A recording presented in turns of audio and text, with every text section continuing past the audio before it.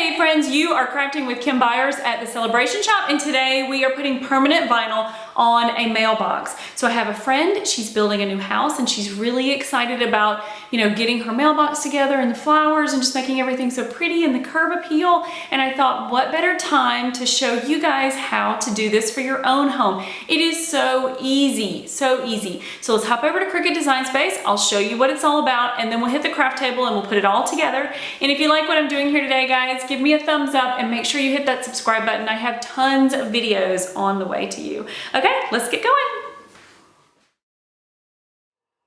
Okay, so here we are in Cricut Design Space, and the very first thing you want to do is just open up a new canvas. So that's on the home page. There's a square that says new, or if you're already in Cricut Design Space, there's a little button here. But I've gone ahead and sort of mocked up two different versions just to give you some ideas about how you can do this. You can make them framed, or you can put florals on them. If you have a hobby, you could, put that on it. If you love birds, you could put birds on it. I mean, really, there's so many options. It's limitless. But I'm going to show you how I chose some of these. So if you go over into images, and this is what it's going to look like, and it's showing you the featured category. And over on the left, it's going to have all different ways that you can look within all of the art within Cricut. So if you're looking in feature, this would be neat if you took out Let's Stay Home and, you could put the monogram inside of that. Oh, this is pretty as well. And then these are just things that are in the featured category right now, but you could eliminate the words using the contour tool that are inside these frames, and you could use those frames. That would be really fun. But if you wanted to search a little bit deeper into Cricut Design Space, you just go over into category, you click on the featured and hits category, and it gives you all these different things. You can do monograms or simple shapes or decorative elements, which is where I got these two pieces that are in mine right now as in decorative elements. So let's go back out of this and work with what we have. So I think the one that we're actually going to cut is this one here on the bottom. It's just a simple frame with her name on top and then her street address. But I'm going to show you how to work with the lettering. So what I would suggest is if you want to go whimsical with the name, pick something that's kind of fat, or at least fat in some areas, so that you're able to cut it easily. And also you want it to be legible, right? And then if you want to, you can marry two different fonts that work well together. Okay, so this is actually called Carolina Pro. It's not a font within Cricut Design Space, but you could use the fonts. I believe one is called Friday and one is called Monday. Just think about the names of the days of the week. And you could use, this is Hanley. And again, I think this is one of my fonts, but there are several within Cricut Design Space that are this basic font. So let's just look at this for a second. So if you go into text and you type in the name, and so see, this is how the font comes up. So everything is spaced apart, and then the J, of course, is roughly the same size as the name. So what I would suggest doing is going back in and deleting the first lead letter and then doing it separately in its own text box. So if you do the J by itself, you can make it as large as you want it to be, just going up into the size. And then for the other letters, so let's just delete that J off for a second. Now we have all of these 5 letters, but of course they're spaced so very far apart, and that's not going to work for what we're doing. So if you go up into letter spacing, and I always take it down to 0 first, but you see that there is still, I'm just going to make it bigger so you can see it, there's still some letters that are not connecting, so we're literally going to go negative. And just keep clicking until you see all of the letters come together. And then what I suggest you do is you go over and you weld it. So now, instead of it being 5 different letters, it's just one grouping of letters. Okay, so we have done that here. So we've already attached these, welded these letters together, and we've done that for Brownville as well. And so I'm going to delete this really quick. And then the other thing is if you want to curve text, so let's look at that for a second. If we go in, make the word Brownville, and let's change the font. So that's Carolina Pro Black is what I was using for her name. But if we go in, and this is just a font I happen to have on mine. And so now we've got the word Brownville. If you go up into curve, you're able to curve that as much or as little as you want to. So if you already have your circle here, you can use this to sort of rotate your lettering, and you can use the curve tool here to kind of wrap it around your circle. So that's how I did that on that piece as well. So really, your choices are very limitless as to what you want to do. You can use flowers, or you can use circles, or you can use squares, or you can use the frames that we saw over in images. Searching for frames, borders, florals, that kind of thing is definitely the easiest. Okay, so now once we have the design that we want, what I suggest you do is go over into layers, and you're going to grab all of those elements. So I have both pieces of her name, her street, her number, and then I want to grab that design too. So if you look over into the layers, you see that I have all 5 of those elements together. And so now what I want to do is I'm going to attach them. And so now whenever they go over into the mat, they're all going to be together, just as you see them here.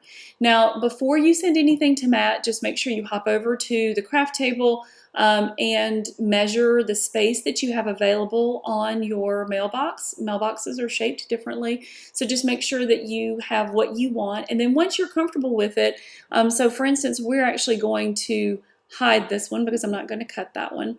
And we're going to click on this one and just bring it up. So we are going to be using my Cricut Maker today to make this. And now we're going to select Make It. And so it pops up onto our mat all welded together and perfect. So we're literally going to cut it, weed it out, and then be able to apply it directly to our mailbox. Okay, so we can select Continue. And so now once we get over to setting our base material, we're going to go into Browse All Materials, and we are going to go down to vinyl. So many things you can cut with the Maker. Okay, so now that we're in vinyl, we want to look through all of the choices, and we are going to choose Premium Outdoor Vinyl. Select Done. And it's telling us that we're going to be using our fine point blade, which is already in my machine. So now we're ready to go over to the craft table and put it on the mat. Okay, so here we are on the craft table, and I have my mailbox, I have a green mat, my ruler, my weeding tools. I have this is actually my paper trimmer, but I use it to cut out all of my materials. And I have a Premium Outdoor Vinyl in white. Okay, so let's move everything out of the way, and we'll go ahead and cut out our vinyl and get it on our mat. So look at your design in Cricut Design Space and just look at the mat and see how many inches you need. It'll show you an image of what your mat is going to look like.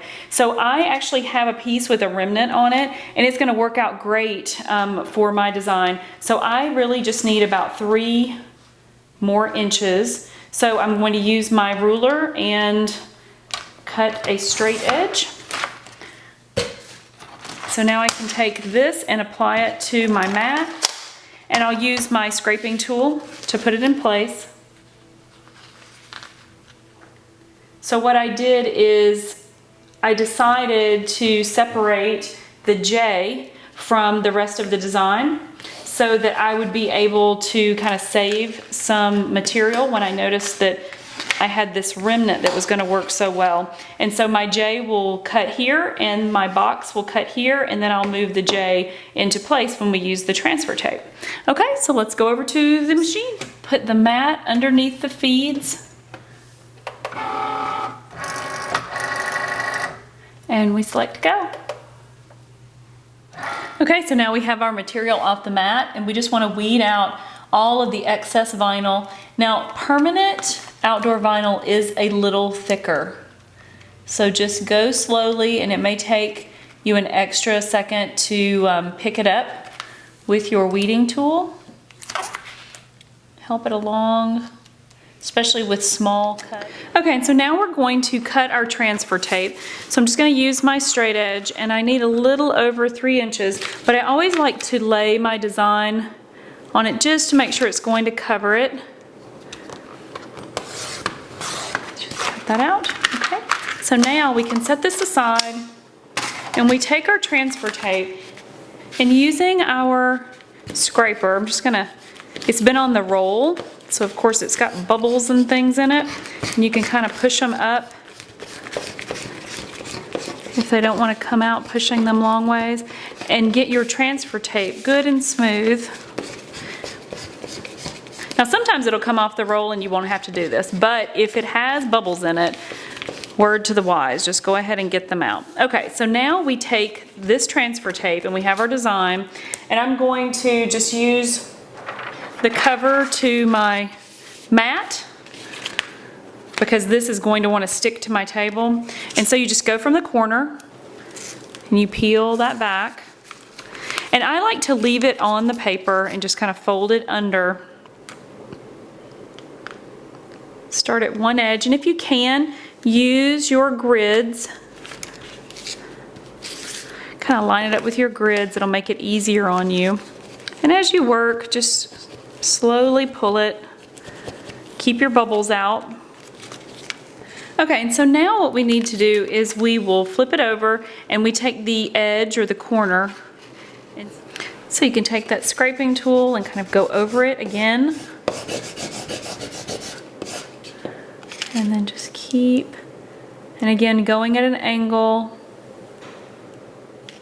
Okay, and so now that we have our design off on our transfer tape, it's time to put it on our mailbox.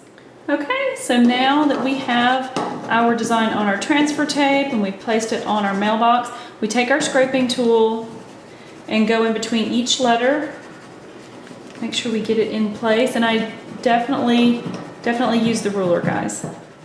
Okay, and then once you have that design in place, you're going to take your transfer tape from corner and slowly pull it away. And if you pull over any number or letter and it peels up, all you have to do is put your transfer tape back down and go over it with your scraping tool again. Okay, so I put the J on transfer tape. And guys, if you pull it up fairly quickly before you really press it down and use the scraping tool to put it in place, or even your finger like I am, it should come back up fairly easily. Okay. And then again at an angle and slowly.